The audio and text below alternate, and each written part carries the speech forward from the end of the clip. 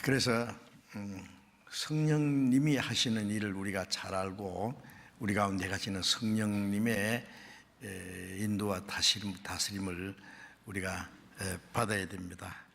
그 교회가 무엇인 것을 가장 잘 가르치는 말씀이 에베소서라고 할 수 있습니다. 에베소서는 개인에게 보낸 말씀이 아니라 바울 사도가 로마 옥중에 있으면서 에베소에 있는 성도들에게 보낸 건데, 에베소 교회, 그 에베소 성도들에게만 보낸 것이 아니라 우리 구원받은 우리 모두에게 주신 말씀입니다.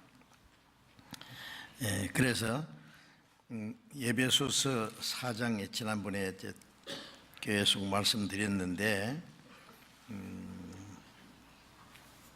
에베소서 4장 13절에 다시 읽겠습니다. 우리가 다 하나님의 아들을 믿는 것과 아는 일에 하나가 되어 온전한 사람을 이루었다. 우리가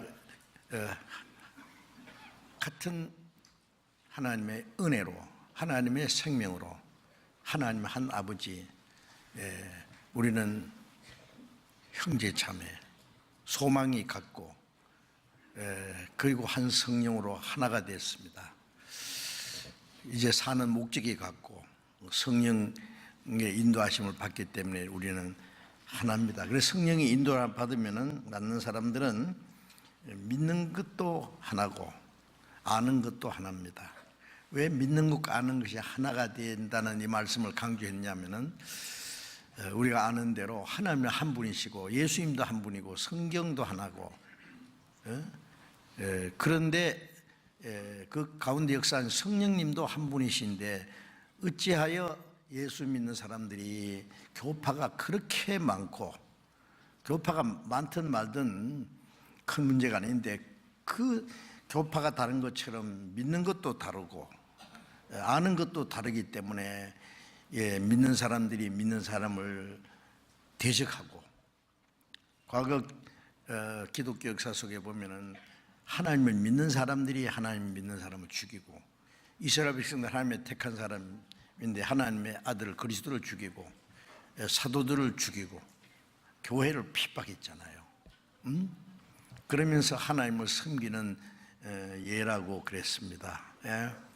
그리고 과거 역사 속에 보면은 캐톨릭 신자들, 캐톨릭도 하나님을 믿고 예수를 믿는다고 해요.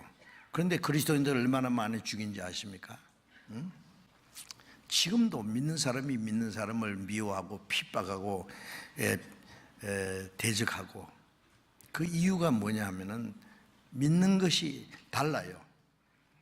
하나님은 한 분이지만은 그 하나님의 아는 것이 달라요. 믿는 것도 다르고, 그렇기 때문에 가지각색. 왜냐하면 성령의 가르침을 올바로 받지 못했기 때문에 그렇습니다. 우리가 성령의 가르침을 받다면은 믿는 것과 아는 것이 하나가 될 수밖에 없어요. 하나 됩시다 해서 하나 되는 게 아니에요. 바벨탑 쌓을 때는요, 하나님 없이 하나가 됐잖아요. 하나님을 도전했잖아요. 그 흩어버렸습니다. 그런데 사도행전 2장에 보면 오순절에 성령이 강림했을 때,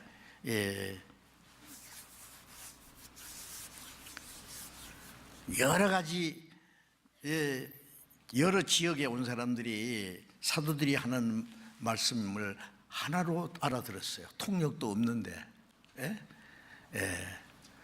우리는 바데인가 메데인가 메소포타미아 여러 지역에서 왔는데 우리가 난 지역에서 그 지역의 방언으로 듣는 것이 웬일이냐. 물론 그 말씀 전하는 그 사도들은 그 외국어를 하나도 배운 일이 없어요. 그럼 어떻게 그게 그들 말로 다 알아들었냐. 이제 바벨탑 쌓을 때 흩어버린 하나님이 이제 성령으로 말미암아 하나 되게 하신 것을 우리에게 첫 번 보여주시는 것입니다. 이제 우리는 민족이 다르고 피부 색깔이 다르고 모든 생활 방식이 달라도 구원받으면 한 성령으로 하나가 되는 겁니다. 한 성령으로 세례받아 하나가 됐어요. 그걸 한 성령을 마시게 한다는 말은 계속 성령의 공급을 받아요. 응? 태어나면 이제 계속 호흡하듯이 우리가 신령한 은혜를 계속 공급받고 산다 말씀입니다. 그래, 믿는 것과 아는 것이 하나가 되어 온전한 사람을 이룬다는 것은 우리 개인의 신앙도 온전하게 될 뿐 아니라 그런 사람들이 이제 교회가 성숙한 교회로 되는 거예요. 어린 애들끼리 모이면 뭐가 되겠어요? 아무것도 될 일이 없어요. 막 서로 싸우고 핥히고 막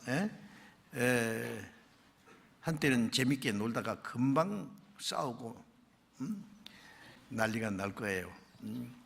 이 구원받은 사람들도요, 신앙이 성장하지 않으면은 조금 하는 것 가지고 싸웁니다. 미워하고 뭐 누가 잘했느니 못했는지, 아니 잘하면 얼마나 잘하고 못하면 얼마나 잘하겠어요. 잘못하겠어요. 사소한 거 가지고 문제를 삼고 다투고 싸우는 거예요. 어머니는 그 말썽꾸러기 자식들도 다 포용해서요 사랑하잖아요. 그 우리가 주님의 마음을 가진다면은 주님이 우리를 용서하신 같이 용서하고, 사랑은 오래 참고. 왜 오래 참? 못 참을 일이 있으니까 참는다는 말씀이 있죠.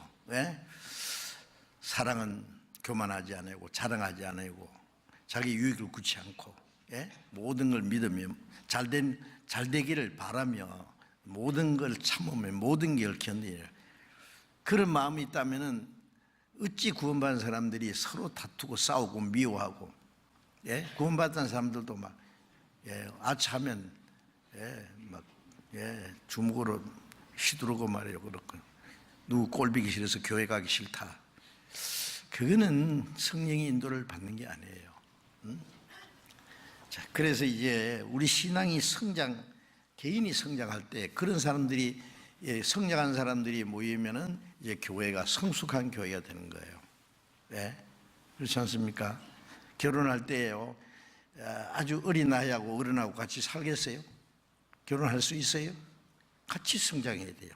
그리고 서로 좋은 점도 있고 약점도 있지만은 그렇게 어느 정도 성숙해야지 되지요.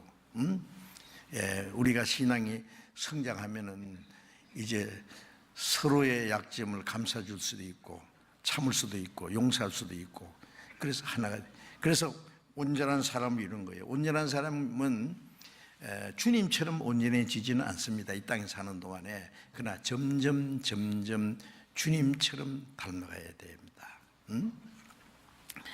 그래서 그리스도의 장성한 분량이 충만한 데까지 이른다 그랬잖아요. 지난번에 말씀드렸는데 그리스도는 충만한 분입니다. 은혜와 진리가 충만한 분입니다. 성령으로 충만한 분입니다. 이제 그래서 점점 그리스도의 그 장성한, 그리스도는 완전히 장성한 분이죠. 거기 미치도록 지금 충만한 데까지 이른다. 그랬습니다. 그리고 이는 우리가 이제부터 어린 아이가 되지 아니하고, 신앙적으로 말이죠, 어린 아이가 되지 아니하고 성장한 사람이 되면은 사람의 계수가 간사한 유혹에 빠져 모든 교훈의 풍조에 밀려 요동치 않게 해라. 어린 애들은요 쉽게 유혹을 받죠. 뭐 인신매매 범들이요 어린 애들을요 뭐 사탕 줄게 가자, 저 재밌는 거 보여줄게 가자, 그러면 솔깃해 가지고 따라가요.